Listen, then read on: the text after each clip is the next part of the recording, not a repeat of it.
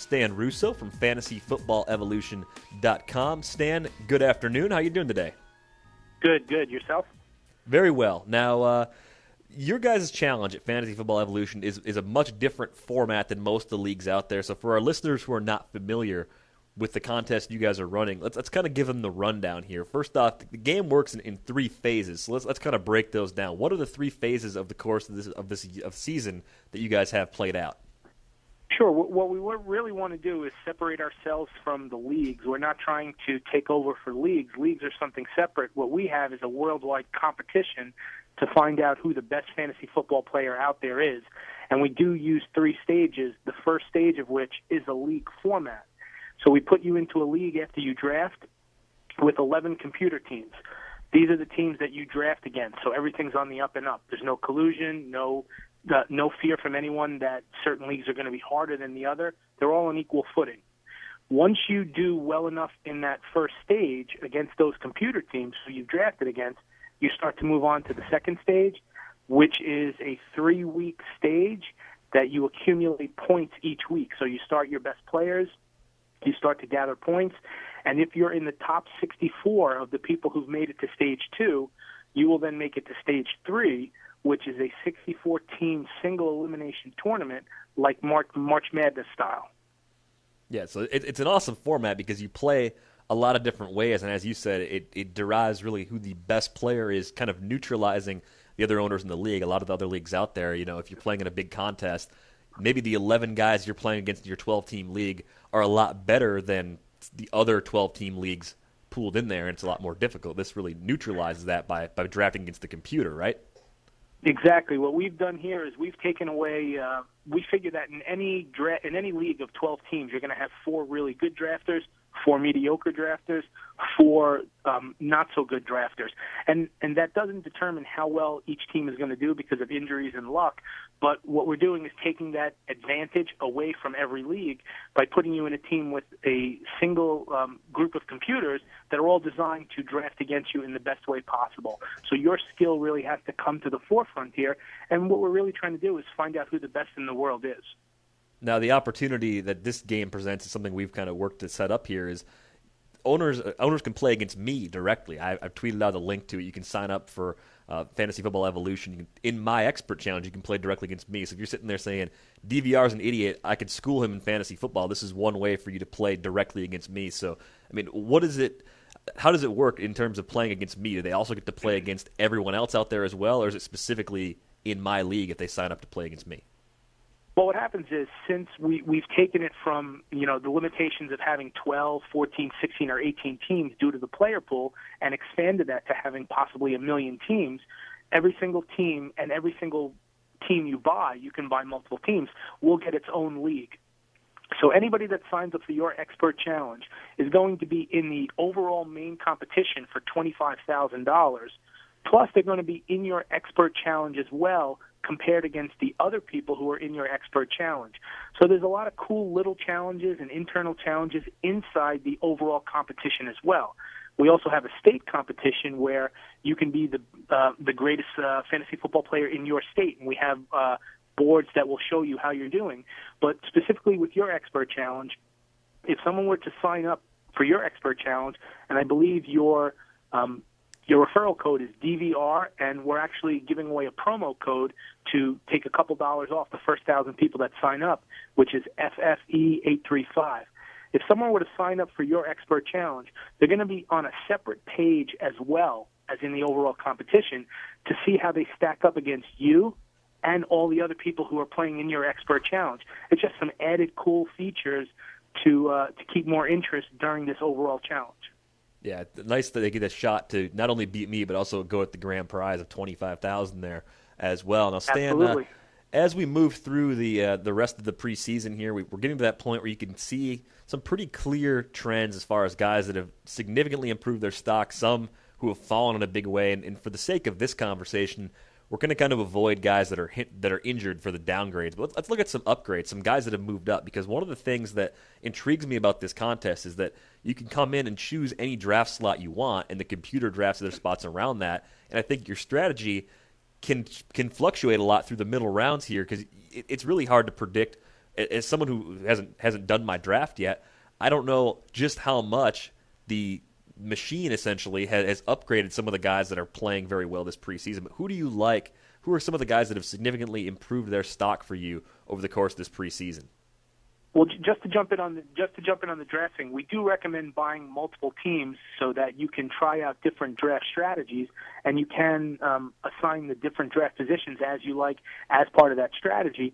I think the number one guy for me would be in Green Bay, Eddie Lacy. I mean, this is a guy that, Green Bay is a monster, but they're lacking some running, and I think he's shown that he's an electric type player.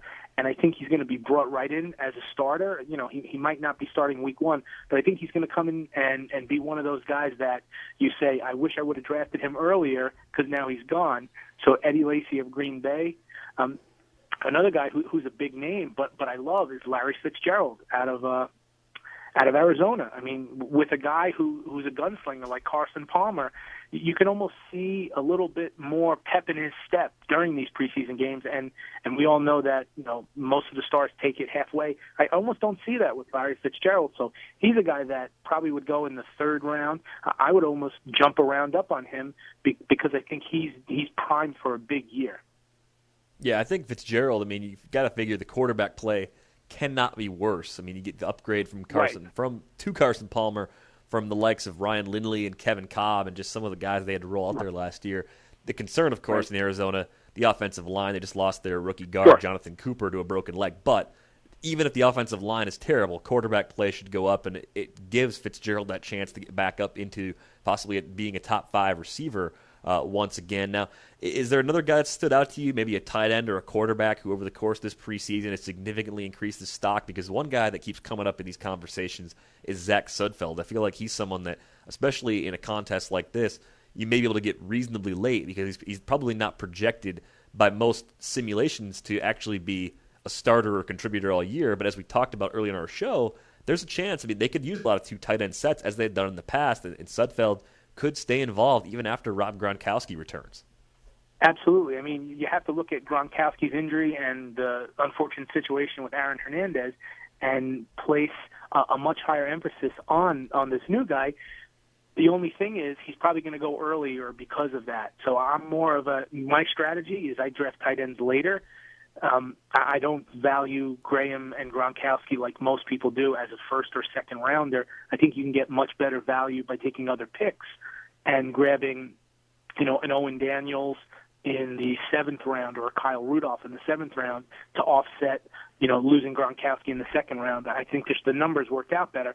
But again, we do recommend you try different strategies, and he's definitely a guy that if he's around in round 7, 8, 9, or even later, you have to jump on, because what we do here is we have 2 flex positions where you can make those flex positions anything you want, including kickers, defenses, or tight ends. It's really to protect against injuries. We're just giving you the opportunity to use every single player available on your bench within reason. Do quarterbacks fit into that flex spot as well, or are they held out? Yep. Quarterbacks fit into that slot. If you want to go quarterback, I would love to see how bad your running backs will be, but you can theoretically start 3 quarterbacks. And we had conversations with the person who won the $25,000 last year, and he had bought a number of teams, I think in the multiples of maybe 10 or 12, and he had tried the 3 quarterback strategy and it didn't work for him. So the team that won was much more of a balanced team. If you can get a quarterback like maybe E.J. Manuel in the 9th, 10th round or even later, and you see that he starts to have a Griffin-esque type year, you throw him into that flex position. Absolutely. Anybody on your team can start for you. Stan, how much is it an entry in your league? Well, entries are only $17, and that guarantees you 17 weeks of competition. Even if you don't make it into Stage 2 or Stage 3, we also have a consolation competition for all the teams. And now that's not people, the teams, mind you, that don't make it into that Stage 2 or Stage 3 to vie for a $1,000 prize. So if you were to buy 4 or 5 teams and only one of them made it into Stage 2, now you have 4 extra teams that you can keep going on for the rest of the year into that consolation competition. And if that 5th team doesn't make it into Stage 3 and goes a couple rounds in Stage 3, it will automatically be placed into the consolation competition. So for $17 with discounts on your second, third, and additional teams, you're guaranteed 17 weeks of play. That's pretty interesting because a lot of these like high stakes type leagues are kind of expensive, so you couldn't buy more than one team. But if yours is pretty cheap, so you really could buy multiple teams, give yourself multiple chances of winning, and then like you said, even if you don't, you go into the consolation round and maybe you can do something there. That's pretty interesting too. Do you think that, I mean, from your experience doing it, is there one type of drafting that lends itself in this format, lends itself to winning in this format, or is it just kind of like fantasy football in general that, you know, you try to get the best value you can in each round and look for some sleepers and look for some studs and whatnot like that? I mean, I would always go with a balanced lineup is better. I do that in my own leagues, and I do decently well. But, you know, anything can happen, so we do recommend trying different strategies. I would always recommend a balanced lineup, not top-loading, because then you're going to be weaker at certain positions. And while you're accumulating points in slots, other slots, and we have 10 slots of starters, other slots are going to be tough for you to score points. And the whole point is to prove that overall you're the best. I mean, we really just think that it's time to find out who the best is. If you win your league and I win my league, and we could argue for hours over whose team is better, and we'll never find out. This is finally the way to find out. And we're trying to revolutionize fantasy football like the Internet did a couple, maybe 20 years ago. This is the next step in fantasy football where everybody in the world can get on and play against each other in a global setting to really find out who the best is. And the guy that drafted the 3 quarterbacks right in a row, you said he didn't do that well. How did he do? Did he just flame out? Was it terrible, or did drafting the 3 quarterbacks prove to be a viable strategy? And maybe if he had just got lucky, he could have advanced. Well, I do a lot of test drafts myself to see strategies because I always get asked this question, and I did a 3 quarterback draft, quarterback, and now I'm saying to myself, well, I'm going to get Ryan Grant as a running back. Now, this was obviously last year, and I don't want Ryan Grant as a running back.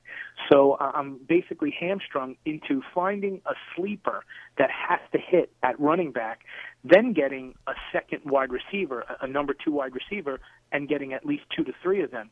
So, you know, for me, I find the best strategy is, you know, the one that holds true in your regular fantasy football league. Right. You know, it's usually running back, receiver, quarterback, receiver, running back, and then you really have to hit your sleepers.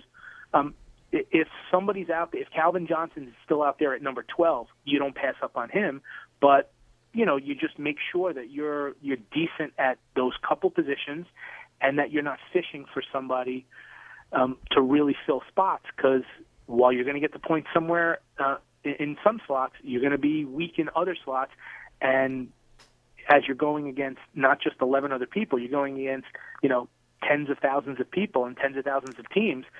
It's really going to prove how good you are. Stan, I tweeted out the link from my Twitter account for the Expert Challenges to @Derek VanRiper for the listeners out there who want to sign up. Now, what was the promo code they could enter again just to get that discounted entry fee? Well, if they hit that link, they should go directly to your landing page, which would allow them to register. If they put in the promo code box FFE835, they'll get $3 off. This is the first 1,000 people. We really want to create this system so that you can interact with your fans and finally, you know, get more people together talking about the same competition rather than I'm in my league and you're in your league, and it just doesn't. There's so many questions about who should I start in my league and who should I start in my different league. This is now something where we can say, well, we're all in the same competition. What do you think about this? It's going to really change the sport. Yeah, definitely. I think it's got a chance to do that. Stan, good stuff as always. Look forward to talking to you again soon. Derek, thanks a lot. Take care.